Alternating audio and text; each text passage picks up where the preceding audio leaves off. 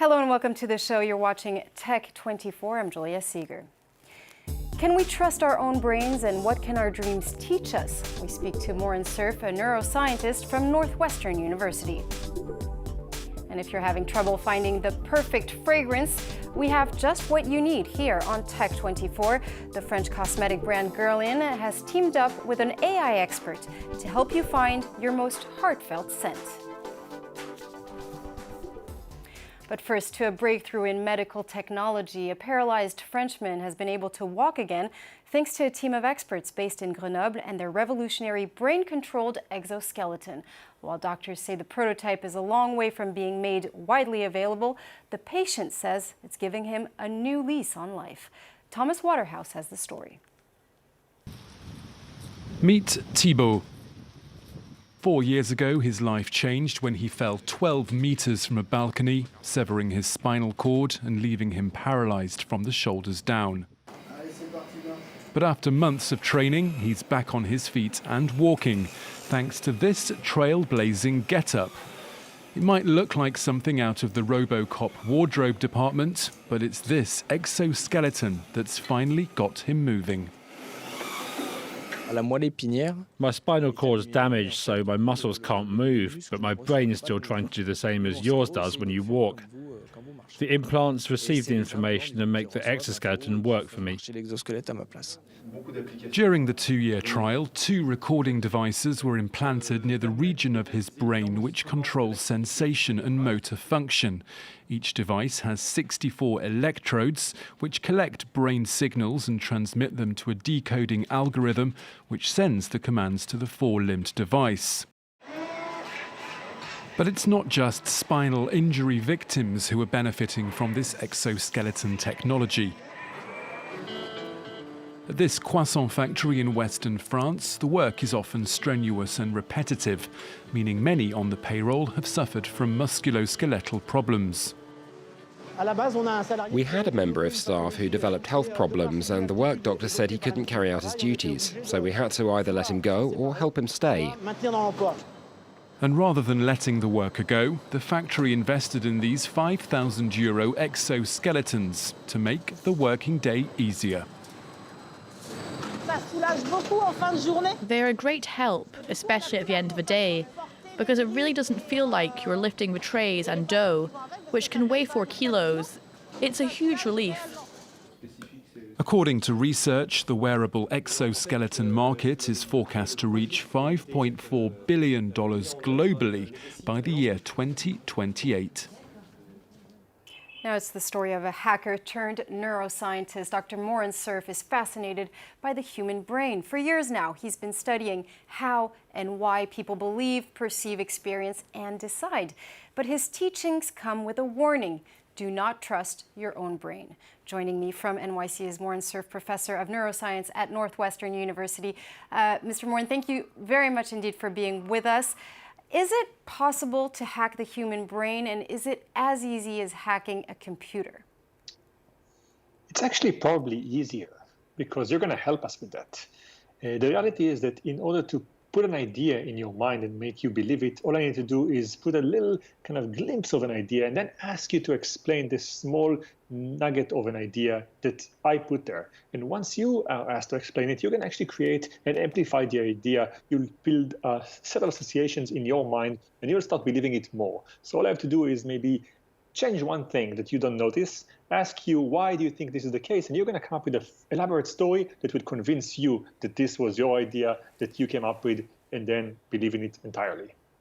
Now, Dr. Cerf, neurons and tech are merging faster than ever, and that could soon have an impact on the way we make decisions, couldn't it?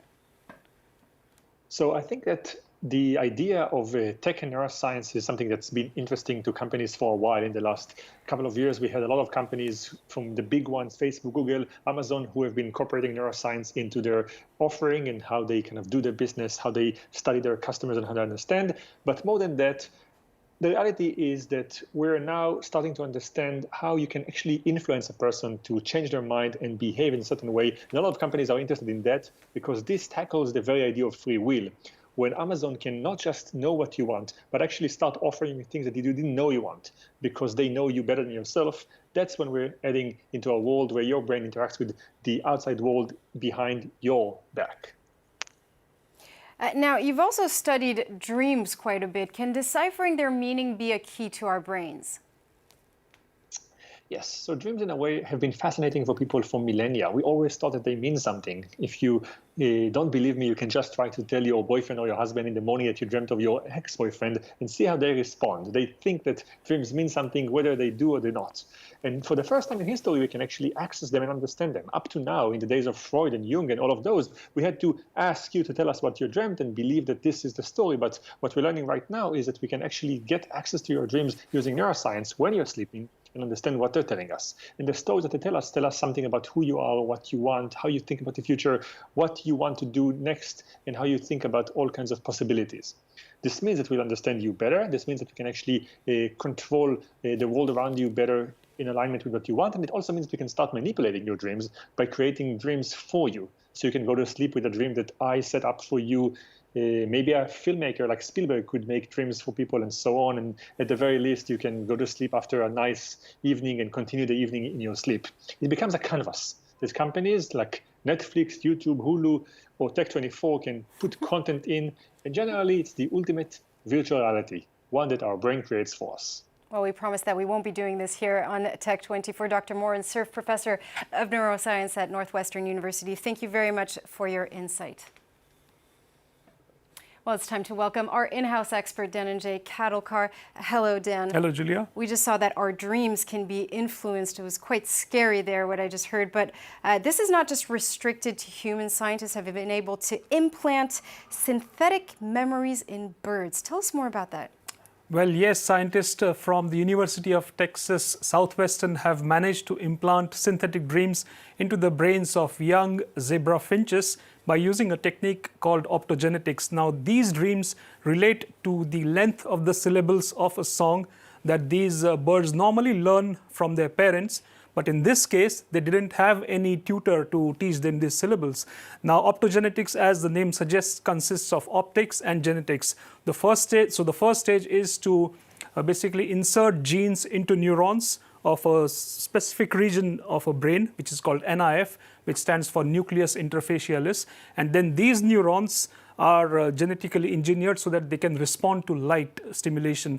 And then this light stimulation manipulates the activity of the neurons in the NIF region, and it also controls the interaction between this region and another region, which is called the HVC, or the high vocal center. Now, this results in the creation of this synthetic memory, and interestingly, the exposure time to the light. So the light stimulation is typically between 50 millisecond and 300 millisecond. Now, for the 50 millisecond exposure, the length of the syllable is the shortest, and for a 300 millisecond exposure, the length of the syllable of these birds is the longest. So the stimulation of light, the length, it clearly affects how the memories are created. Now, interestingly, for human beings, this could offer clues as to which part of the brain we should look into in order to better understand conditions that affect language. Now, VR and robotics could also become important tools when it comes to trying to relive memories. Well, yes, a California-based company called 8i has brought together virtual reality headsets and volumetric video contents. Now, these volumetric videos are shot by using dozens of cameras.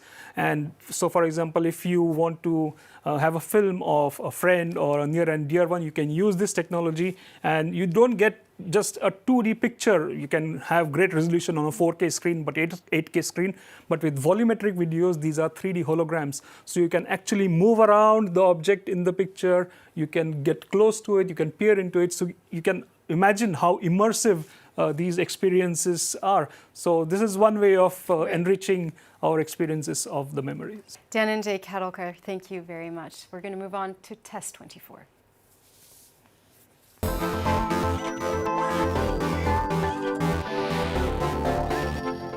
Have you ever dreamt of finding your ideal perfume, one that gives you all the feels? Well, if that's the case, we have just what you need here on the set of Test 24. Guerlain is offering a new sensory, emotion-led experience designed to help you find the right fragrance. Tell us more about these interesting capsules. Well, these are 4 families, big families of fragrances. And I don't know what these fragrances are. I know by their general names, like one is fresh, one is floral, one is oriental, and the other is woody. But this headset, which essentially measures my brain activity, and an application on the tablet, is going to guide me to choose the best fragrance.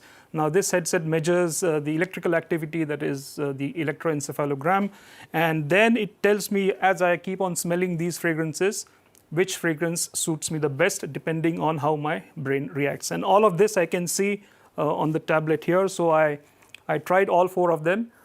And as you can see here, in the fresh column, that's the peak. That's where the graph hits the peak. So this is what my brain prefers. So I'm going to go with fresh. And then you can have a further choice. So I don't like this lemony smell, so I'll go for this. Thyme. Yeah. Fruits. Now, your brain can say something different than your nose, right? That's what happened to me earlier. I tried it and my brain was telling me I liked the patchouli type of scent and my nose was telling me the floral. So who should I believe? Always the brain, that's what I feel. I don't know, I'm not an expert, but I'll always trust the brain more than my sensory perceptions. So eventually you get these 3 options, and then you can repeat the same process to choose the best fragrance you want. Dhananjay Kadolkar, thank you very much indeed for that. That brings us to the end of this week's edition of Tech 24, but you can watch it again on our website, France24.com. See you next time.